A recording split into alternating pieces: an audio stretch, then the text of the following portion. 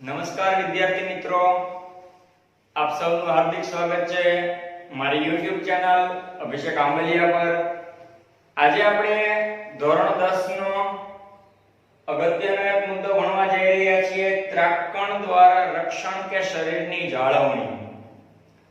બાળકો, આપણે last lecture જે જોયા ભણ્યા એમની અંદર મહત્વની એક સિસ્ટમ વિશે વાત કરી, અને એ સિસ્ટમ એટલે માનવ શરીરની રુધિર વાહિનીઓ, જેમાં આપણે મુખ્ય બે પ્રકાર વિશે ચર્ચા કરી, ધમની અને શિરા। તો એ ધમની અને શિરાઓ ઉપરથી આપણને એટલો તો પરફેક્ટ ખ્યાલ આવે છે બાળકો હવે આપણને કે માનવ શરીરમાં ધમની અને શિરા જે રચના છે રુધિર વાહિનીઓની, એમાં એક નલિકામય માધ્યમ દ્વારા આપણા શરીરમાં બ્લડ છે, રુધિર છે, એ રુધિર હેરફેર કરે છે, ચાહે શુદ્ધ રુધિર હોય કે અશુદ્ધ રુધિર, પણ છે એ શિરા અને ધમનીઓમાં। ઇન બિટવીન ડિફરન્ટ જે છે બંને વચ્ચેનો એમની ચર્ચા પણ આપણે તફાવત સ્વરૂપે જોઈ ચૂક્યા છીએ। પરંતુ બાળકો, ઘણી વખત આપણને એક એવો પ્રશ્ન થાય કે જ્યારે આપણને કોઈ સામાન્ય ઈજા પહોંચે, મતલબ કે નાનો એવો જખમ થાય, ઈજા થાય, લાગે, તો રુધિર વાહિનીઓ કટ થાય, અને એવા સંજોગોમાં ઈજા પહોંચેલા સ્થાન કે જગ્યાએથી કે જે તે અંગ પાસેથી રુધિર નીકળવાનું અને વહેવાનું શરૂ થાય છે। હવે જો રુધિર સતત ને સતત વહેતું રહે, મતલબ એમને એમ વહેતું જાય, તો સ્વાભાવિક છે કે મનુષ્ય શરીરમાં 4 થી 5 લીટર કે પુરુષમાં 5 થી 6 લીટર, સ્ત્રીમાં 4 થી 5 અને પુરુષમાં 5 થી 6 લીટર રુધિરનું વહન થઈ જતા થોડોક જ સમય લાગશે, અને જે તે વ્યક્તિ છે એ લગભગ મૃત્યુના આરે પહોંચી જશે। આવા કેસીસ પણ આપણે ઘણા બધા ટીવી ન્યૂઝપેપરની અંદર વાંચેલા કે સાંભળેલા છે।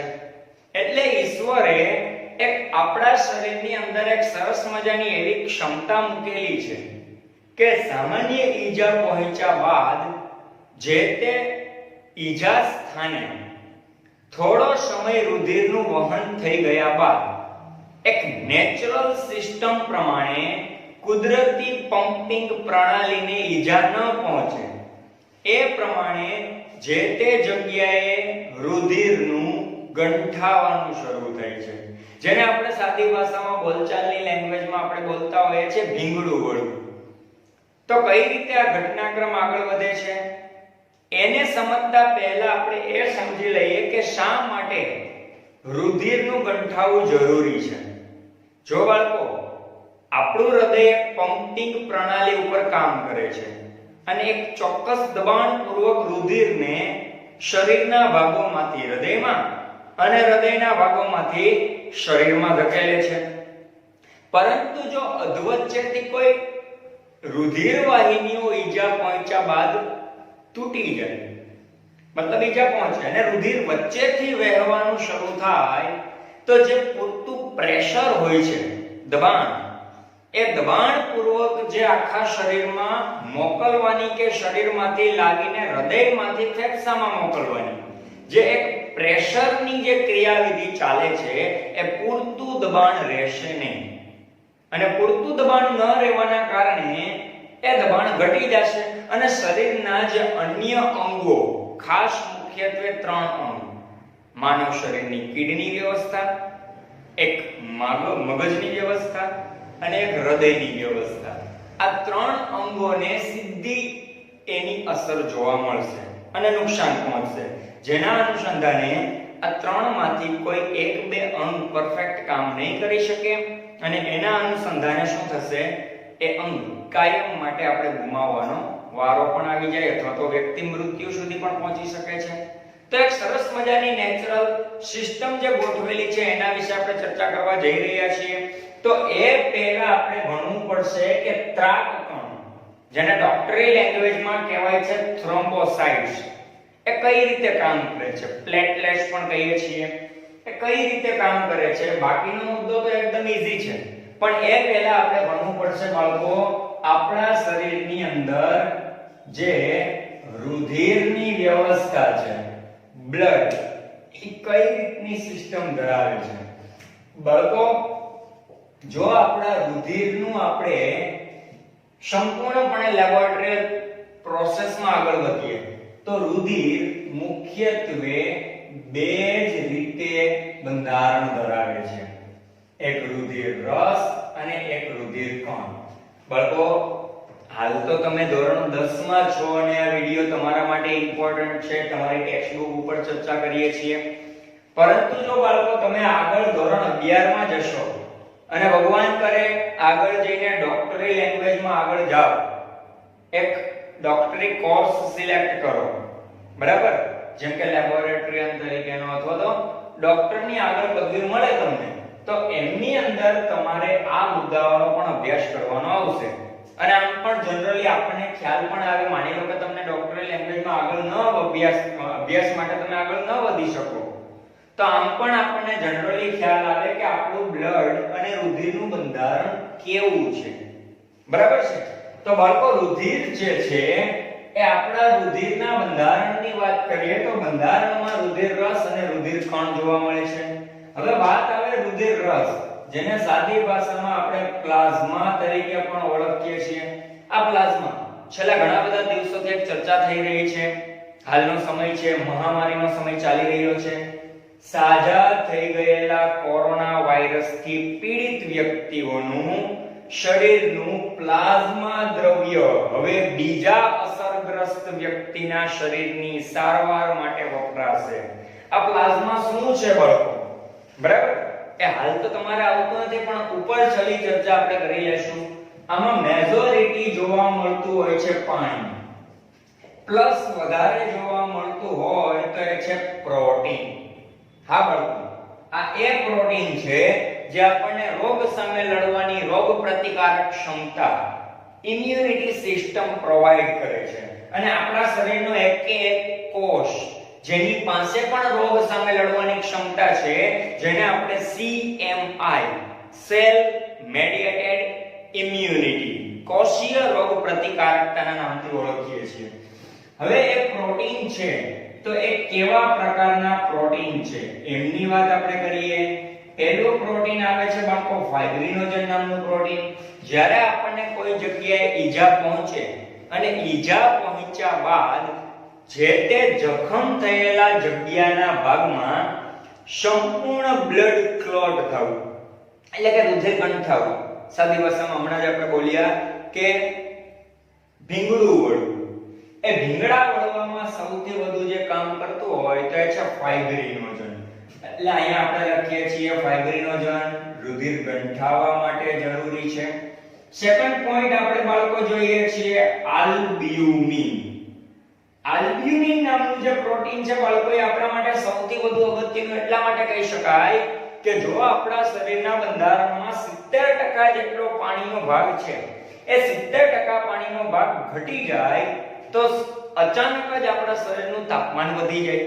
અને આપણે બધા જાણીએ છીએ કે માનવ શરીર છે એનું તાપમાન 37 અંશ સેલ્સિયસ અથવા તો કન્વર્ટ ફેરનહીટમાં કરીએ તો 98.6 અંશ ફેરનહીટની આસપાસ પરફેક્ટ માપમાં હોવું જોઈએ. જો તાપમાન ઘટી જાય તો આપણે હાઇપોથર્મિયાની બીમારીથી પીડાતા જઈએ, અને તાપમાન વધી જાય તો હાઇપરથર્મિયાની બીમારીથી પીડાઈએ. આવી બીમારીઓના કારણે આપણા શરીરના તમામ સિસ્ટમ અને વ્યવસ્થા તંત્ર જે છે, બધા જ તંત્ર, પાચન તંત્ર, શ્વસન તંત્ર, રુધિરાભિસરણ તંત્ર, પ્રજનન તંત્ર, કેલસિકા તંત્ર, સ્નાયુ તંત્ર, અસ્થિ તંત્ર અને અંતઃસ્ત્રાવી તંત્રની સાથે સાથે આપણે બીજા બે તંત્ર જે ખાસ કરીને આપણા સંકલન અને સહનિયમનમાં ભાગ ભજવે છે, એવું ચેતા તંત્ર પણ આપણું અનબેલેન્સ કામ કરશે. આમ પાણી વગર આપણા શરીરનું તાપમાન વધઘટ થવાની સંભાવના છે. એટલે આલ્બ્યુમિન છે એ આપણા શરીરની અંદર આસ્કૃતિ નિયમનની ક્રિયાવિધિમાં ભાગ ભજવવા માટે સૌથી વધુ જરૂરી છે. તો બાળકો, રુધિર રસની અંદર મોટા ભાગે પ્રોટીન હોય છે અને સાથે સાથે પાણી હોય છે.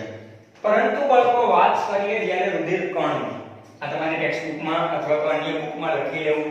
અહીંયા મારા બોર્ડનો સ્પેસની જરૂરિયાત છે એટલે આને આપણે હટાવી દઈએ છીએ. જો રુધિર કણની વાત કરીએ બાળકો, તો તો રુધિર કણ છે એ મુખ્યત્વે આપણા શરીરની અંદર 3 પ્રકારના છે. પહેલું એમાં આવશે રક્તકણ, જેને આપણે સાદી ભાષામાં RBCs કહીએ છીએ. બાળકો આના ઘણા બધા નામ છે. રક્તકણ ગુજરાતી લેંગ્વેજમાં આપણે કહીશું RBCs, ઇંગ્લિશ લેંગ્વેજ છે રેડ બ્લડ સેલ્સ અથવા તો રેડ બ્લડ કોર્પલ્સીસ કહીશું, અને ડોક્ટરી લેંગ્વેજ પરફેક્ટ આને કહે છે ઇરિથ્રોસાઇટ્સ. બાળકો સાઇટ્સ છે ગ્રીક ભાષાનો શબ્દ છે જેનો અર્થ થાય છે કોષ. બરાબર છે. એવી જ રીતે આપણે એક બીજો શબ્દ ભણીએ છીએ અને વારંવાર ઘણી બધી બુક્સમાં પણ વાંચેલો હશે, શ્વેતકણ, જેને આપણે કહીએ છીએ WBCS. WBCS નો અર્થ થાય છે white blood cells અથવા તો white blood corpuscles. અને ત્રીજો એક શબ્દ આવે છે જેને આપણે કહીએ છીએ ત્રાકણ. બાળકો આને ઇંગ્લિશ લેંગ્વેજમાં પ્લેટલેટ્સ તરીકે ઓળખીએ છીએ. જ્યારે કોઈ વ્યક્તિને ડેન્ગ્યુ તાવ થયેલો હોય અને અવારનવાર આપણે એની બોલચાલની ભાષામાં સાંભળતા હોય કે એને કાઉન્ટ ઘટી ગયેલા છે, એ શું છે? એ પ્લેટલેટ્સ અને શ્વેતકણની સાથે જોડાયેલો ટોપિક છે.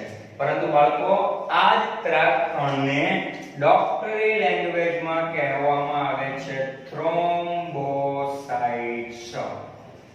બાળકો આખા બ્લડના જે રુધિર કણના 3 પ્રકાર છે એ ઉત્પન્ન થાય છે આપણા શરીરના અસ્થિ મજ્જામાં. બરાબર? અસ્થિ મજ્જા જેને આપણે બોન મેરો તરીકે પણ ઓળખીએ છીએ. આપણા શરીરના હાડકાની અંદર જોવા મળતો બરાબર વચ્ચેનો ભાગ, હાડકાનો માવો જેને બોન મેરો કહેવાય છે, આ બધું ત્યાં ઉત્પન્ન થાય છે. અને જો ચર્ચા કરીએ તો રક્તકણના કોઈ પ્રકાર નથી, ત્રાકકણના કોઈ પ્રકાર નથી. ત્રાકકણ આપણા શરીરની અંદર આપણે જ્યારે દવા લઈએ છીએ અને એમાં એક કેપ્સ્યુલ જોવા મળતી હોય તો એવા ત્રાકકણ આકાર જોવા મળે છે. જ્યારે રક્તકણ છે એ દ્વિઅંતરગોળ આકારની રચના ધરાવતા જોવા મળે છે. અને લાસ્ટ લેક્ચરમાં આપણે ચર્ચા કરી ચૂક્યા કે એની સપાટી પર શ્વસન રંજક દ્રવ્ય હિમોગ્લોબિન હોય છે, એમની સાથે ઓક્સિજન જોડાઈ જાય અને ઓક્સી હિમોગ્લોબિન જોવા મળતું હોય છે. એટલે ઓક્સિજન અને CO2 ની આપ-લે કરવા માટે પણ આપણા શરીરમાં રક્તકણ જોવા મળે છે. ત્રાક નામ ઉપરથી થોડા ઘણી વખત ત્રાક આકાર, અર્ધચંદ્ર આકારના પણ આવા થ્રોમ્બોસાઇટ્સ, પ્લેટલેટ્સ જોવા મળે છે. બાળકો આ બંનેના કોઈ આકાર અને પ્રકાર છે નહીં, પરંતુ શ્વેતકણ જે છે એમના મુખ્યત્વે પ્રકાર જોવા મળે છે. એટલે એમની આપણે ચર્ચા કરી લઈએ. આપણે આ રુધિરનું બંધારણ ભણી રહ્યા છીએ. આ શ્વેતકણ જે છે એ શ્વેતકણના મુખ્ય 2 પ્રકાર જોવા મળે છે. એક કોષ કેન્દ્રમય અને એક કોષ કેન્દ્ર વિહીન. બરાબર છે? કણિકામય, કણિકા વિહીનના નામથી પણ ઓળખી શકાય છે. કોષ કેન્દ્રમય જે છે જેમની અંદર સેલ ન્યુક્લિયસ, કોષ કેન્દ્ર જોવા મળે છે પરફેક્ટ, એમના 3 પ્રકાર જોવા મળે છે. એક જેનું નામ છે ઇઓસિનોફિલ્સ. બાળકો આ હોય છે એસિડિક. જ્યારે હું લેબોરેટરી કરીશ અને એસિડિક ઇઓસિનોફિલ્સ ને તપાસવા હશે તો મારે એને બેઝિક અભિરંજક દ્રવ્ય વડે અભિરંજિત કરવું પડશે. પોતે એસિડિક હોવાથી ઇઓસિનોફિલ્સ નામ પડેલ છે. બીજાનું નામ છે બાળકો બેઝોફિલ્સ. પોતે બેઝિક છે. જ્યારે મારે એની રચનાઓને તપાસવી હોય તો એ બેઝિક છે, એને હું એસિડ વડે અભિરંજિત કરીશ તો મને પરફેક્ટ સ્લાઇડમાં જોવા મળશે માઇક્રોસ્કોપમાં. કારણ કે એસિડ અને બેઝ વચ્ચે રાસાયણિકરણની પ્રક્રિયા થઈ પાણી અને ક્ષાર બનાવે છે. જ્યારે આવા પદાર્થો જે છે બેઝોફિલ્સ અને ઇઓસિનોફિલ્સ એ એસિડ કે બેઝ વડે રાસાયણિક પ્રક્રિયા કરી અને કલિલ સ્વરૂપે ક્ષાર જેવું માધ્યમ તૈયાર કરશે. અને ત્રીજા આવે છે જેનું નામ છે ન્યુટ્રોફિલ્સ.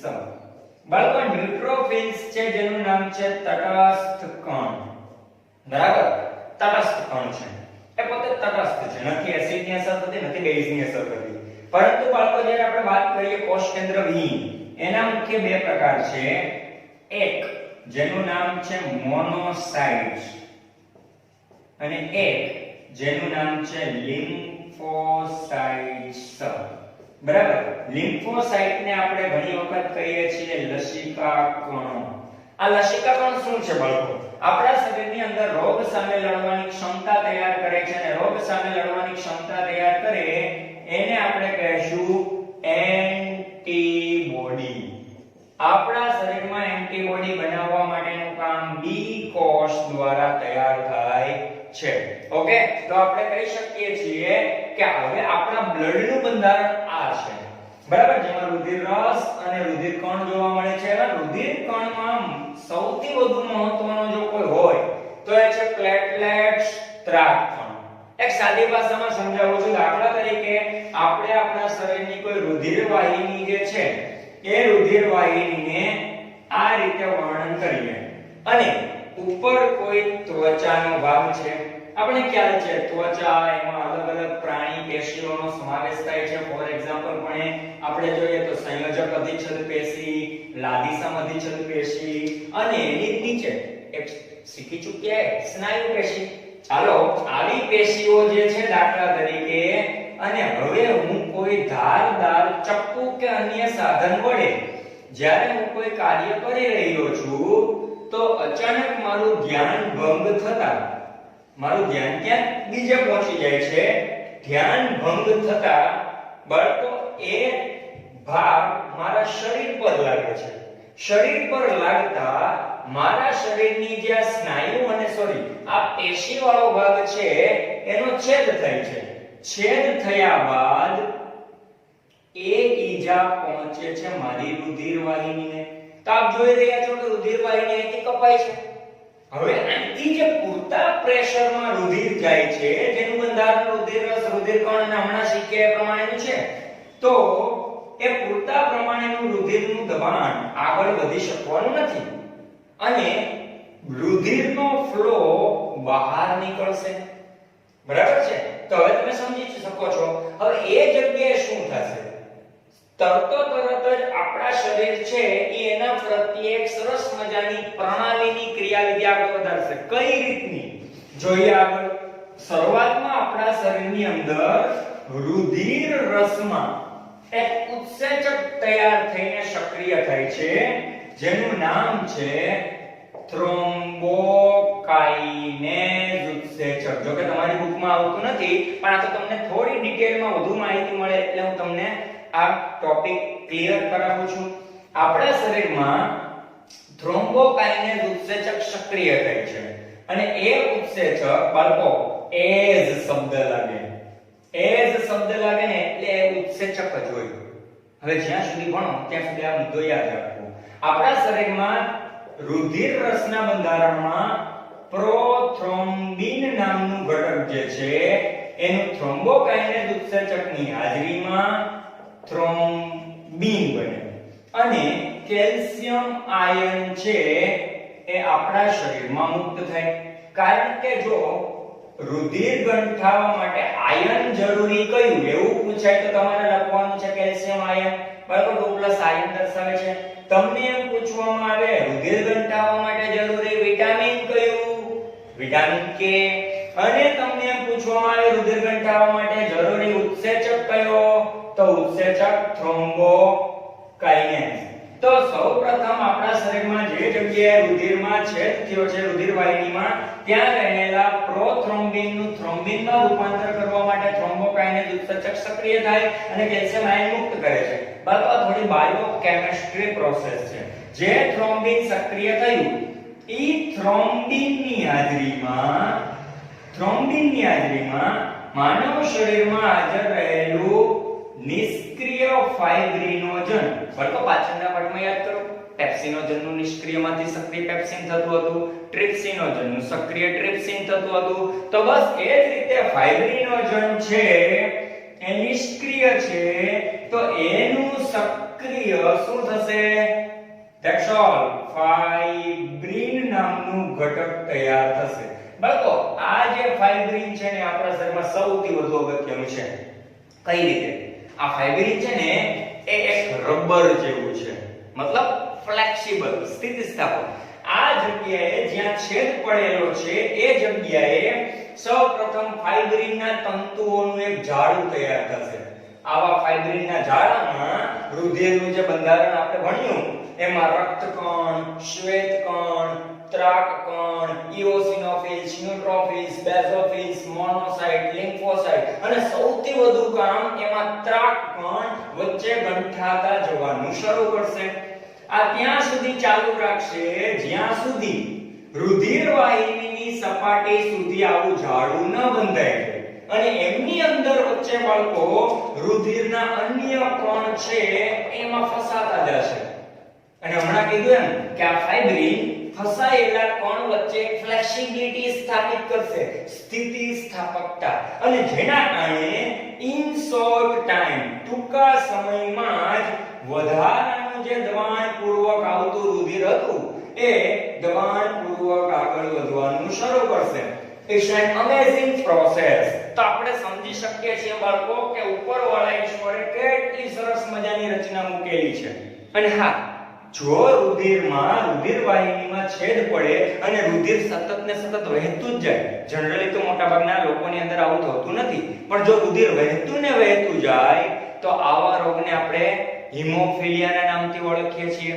એટલે રુધિર વાહિનીમાં સામાન્ય ઈજા પહોંચ્યા બાદ રુધિરનું ગંઠન થવું જરૂરી છે. તો આશા રાખું છું આપને આ વિડિયો અતિશય ગમ્યો હશે. આપના અન્ય મિત્ર વર્તુળને પણ આ વિડિયોની લિંક મોકલીએ અને આપણી YouTube ચેનલ અભિષેક આંબલિયાને સબસ્ક્રાઇબ કરીએ. જય હિન્દ.